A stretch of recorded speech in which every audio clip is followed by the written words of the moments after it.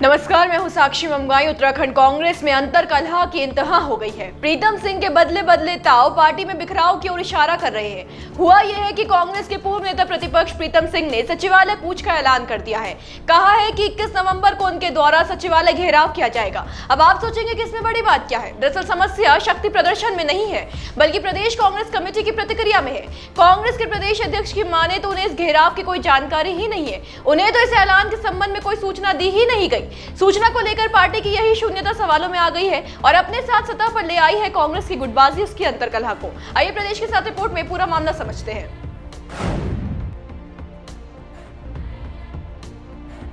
पूर्व नेता प्रतिपक्ष की कूच की आहट कड़वाहट कैसे बयां कर रही है, पहले वो समझिए। दरअसल कुछ दिनों पहले मीडिया से बातचीत में प्रीतम सिंह ने कहा कि भर्ती परीक्षा घोटाले और वनंतरा रिजॉर्ट में महिला कर्मचारी की हत्या के मामले में दोषियों को सरकार बचाने का प्रयास कर रही है। दोनों मामलों में सफेद पोशों का जिक्र आ चुका है, लेकिन सरकार तथ्य छिपाने में जुटी है। इसी कारण हाईकोर्ट के सिटिंग जज की देखरेख में सीबीआई से जांच कराने की मांग की अनदेखी की जा रही है। सरकार पर दबाव बनाने के लिए उनके द्वारा 21 नवंबर को सचिवालय कूच किया जाएगा। सुनिए चक्राता विधायक क्या बोले। प्रदेश के अंदर सरकार को बने हुए लगभग 9 माह का समय हुआ और इन 9 महीनों में जिस तरीके से भर्ती घोटाले हुए हैं, चाहे वो आयोग के माध्यम से हो चाहे विधानसभा हो, नौजवान साथियों की भविष्य के साथ सरकार ने कुठाराघात करने का काम किया है। दूसरा, प्रदेश की कानून व्यवस्था, अंकिता भंडारी हत्याकांड, मंत्री की हत्या का षड्यंत्र, हमारे विधायक आदेश चौहान जी के साथ जो व्यवहार एसएसपी उधम सिंह नगर ने किया, वो प्रमुख के घर में घुस करके उनकी पत्नी की गोली मार के हत्या होना, प्रधान के घर में घुस करके गोली मार करके उनकी हत्या होना, आए दिन प्रदेश के अंदर जो है हत्या, चोरी, लूट, डकैतियाँ हो रही हैं।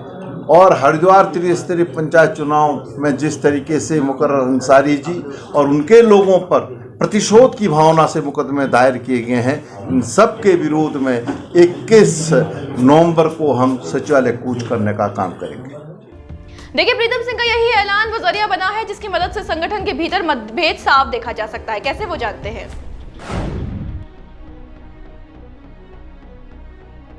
जानकारी दे दें कि जिस समय प्रीतम सिंह ने सचिवालय घेराव का ऐलान किया, उस समय उनके साथ एक तो पदाधिकारियों के नाम पर सिर्फ वरिष्ठ उपाध्यक्ष सूर्यकांत धस्माना मौजूद थे।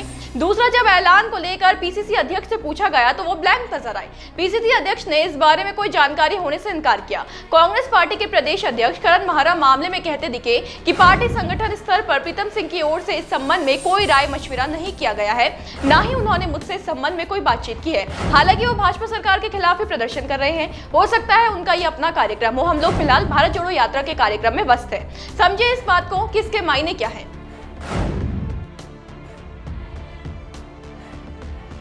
एक बात जाहिर है कि प्रीतम सिंह संगठन से वैचारिक तौर पर दूरी बनाए हुए हैं। इसके कई कारण हो सकते हैं। पार्टी की अहम जिम्मेदारियों के आवंटन के साथ ही कांग्रेस में असंतुष्टि ने सुर उठा लिया था। कांग्रेस में कभी प्रदेश अध्यक्ष और नेता प्रतिपक्ष का दायित्व निभा चुके प्रीतम सिंह को इस समय किसी भी अहम पद से दूर रखा गया है। खास बात यह है कि प्रीतम सिंह अपने वार की सीट में देवेंद्र यादव को भी खुलेआम ले चुके हैं। आपको याद होगा कि किस तरह प्रीतम सिंह ने उत्तराखंड कांग्रेस के प्रदेश प्रभारी देवेंद्र यादव की कार्यशैली पर सवाल खड़े किए थे। प्रीतम सिंह ने गिले जाहिर करते हुए कहा था कि हरिद्वार पंचायत चुनाव में कांग्रेस लड़ते हुए भी दिखाई नहीं दी। ऐसे समय में प्रदेश प्रभारी को उत्तराखंड होना चाहिए था, लेकिन वो नदारत है।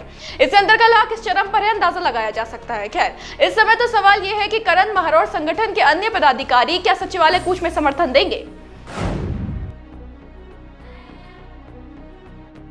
देखिए, करण महरा की माने तो कांग्रेस इस समय भारत जोड़ो यात्रा में व्यस्त है। ऐसे में कहीं ना कहीं लगता है कि महरा अपना मत साफ कर चुके हैं। लगता नहीं है कि इस घेराव में प्रीतम गुट के सिवा अन्य कोई शामिल होगा। सियासी जानकारों की माने तो अगर ऐसा होगा तो पार्टी की किरकिरी होना लाजमी है। साथ ही भाजपा का वो तंज भी सही साबित हो जाएगा जिसमें उन्होंने कहा था कि पार्टी को पहले खुद को जोड़ने की जरूरत है। खैर, देखते हैं कि कांग्रेस की ये गुटबाजी, ये नई आफत कहां जाकर रुकती है, रुकती भी है या नहीं। होगा जो भी आपके लिए लेकर आएंगे। बस बने रहे देवभूमि इनसाइडर के साथ। आज ही डाउनलोड करें देवभूमि इनसाइडर ऐप।